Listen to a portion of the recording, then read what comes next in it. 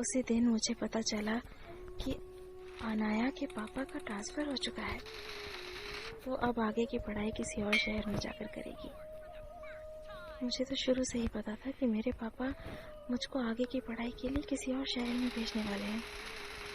मतलब अब शायद ज़िंदगी में हम कभी नहीं मिल पाएंगे।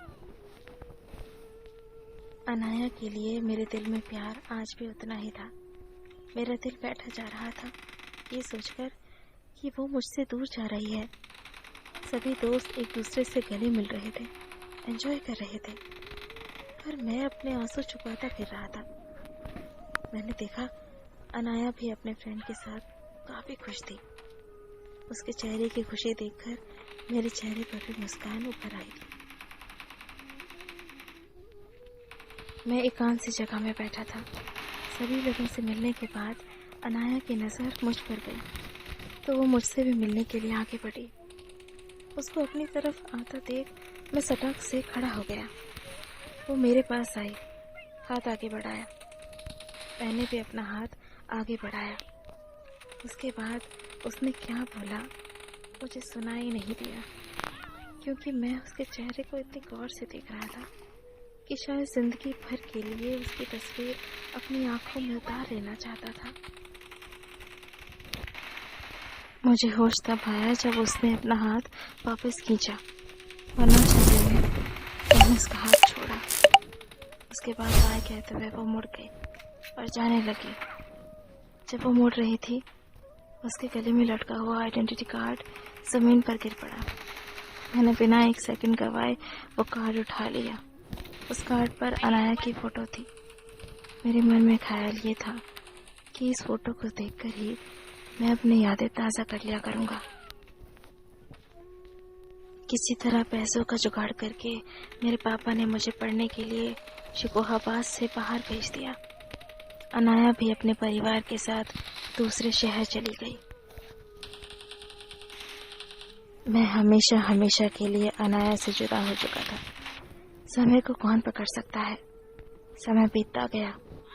मैंने अपनी पढ़ाई पूरी कर ली और एक बड़ी कंपनी में अच्छी तनख्वाह पर नौकरी भी मिल गई। जिंदगी की लगभग सारी ज़रूरतें पूरी हो रही थी, पर फिर भी जिंदगी में कहीं ना कहीं कमी हमेशा खलती थी। उस कमी का नाम था अनाया। काफ़ी जद्दोजहद करने के बाद भी मैं कभी अनाया का पता नहीं लगा पाया। बस उसका खिलखिलाता चेहरा जो मैंने आखिरी बार देखा था मेरी नज़रों के सामने रहता था। अब तक तो काफ़ी बदल चुकी होगी। हो सकता है मेरे सामने से गुजर जाए तो भी मैं उसे पहचान ना पाऊं। घर वालों ने काफ़ी जद्दोजहद के बाद एक सुंदर सी लड़की मेरी शादी के लिए तलाश ली। संयोगवश उस लड़की का नाम भी अनाया था। हमारी शादी हो गई। मैं अपनी पत्नी अनाया को जब भी उसके नाम से बुलाया करता था मुझे मेरे बचपन की अनाया याद आ जाया करती थी। अपनी पत्नी के चेहरे में मुझे मेरे बचपन के प्यार का चेहरा दिखने लगता, लेकिन फिर भी मैंने आज तक कभी भी अपनी पत्नी को ये महसूस नहीं होने दिया कि मैं आज भी किसी और से मोहब्बत करता हूँ। आखिर वो मेरे लिए अपना सब कुछ छोड़ के आई है, तो उसका हर तरह से ख्याल रखना मेरा ही तो फर्ज है। एक दिन की बात है, मैं अपनी बचपन की डायरी खोलकर बैठा ही था। उसमें से अनाया का आइडेंटिटी कार्ड निकल के जमीन पर गिर गया। उस पर लगी अनाया की तस्वीर को देखकर मैं अपनी आंखें गीली होने से रोक ना पाया। मैंने अपनी आंसू पहुंचे ही थे कि तभी मेरी पत्नी अनाया एकदम से कमरे में आ गई। उसने मेरे हाथ में कार्ड देख लिया था जिसको मैं छुपाने की कोशिश कर रहा था। तभी उसने मेरे हाथ की तरफ इशारा करते हुए पूछा, ऐसा क्या है आपके हाथ में जो आप मुझसे छुपा रहे हो? मैंने अपनी लड़खड़ाती हुई जुबान से कहा, अरे कुछ नहीं, वो तो बस मेरे बचपन की दोस्त का आइडेंटिटी कार्ड है। ये कहते हुए मैंने वो आइडेंटिटी कार्ड डायरी में बंद कर दिया। मेरे इस तरह के व्यवहार से मेरी पत्नी की उत्सुकता और बढ़ गई। उसने बड़े ही प्यार से मुझसे कहा, लाइए मुझे भी दिखाइए।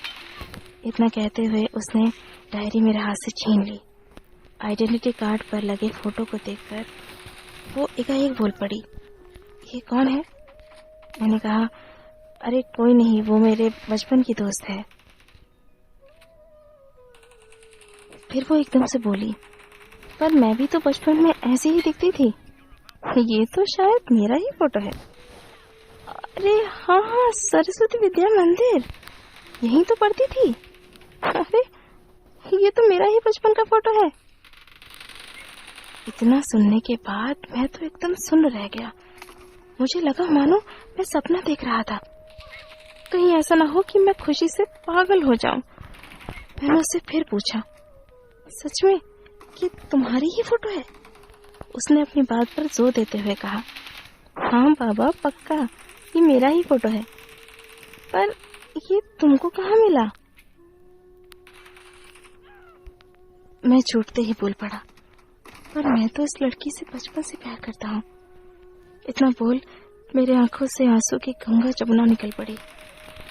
उसके बाद मुझे और यकीन दिलाने के लिए मेरी पत्नी यानी अनाया ने मुझे अपनी पर्सनल डायरी दिखाई, जिसमें उसके बचपन के कई सारे फोटो लगे हुए थे।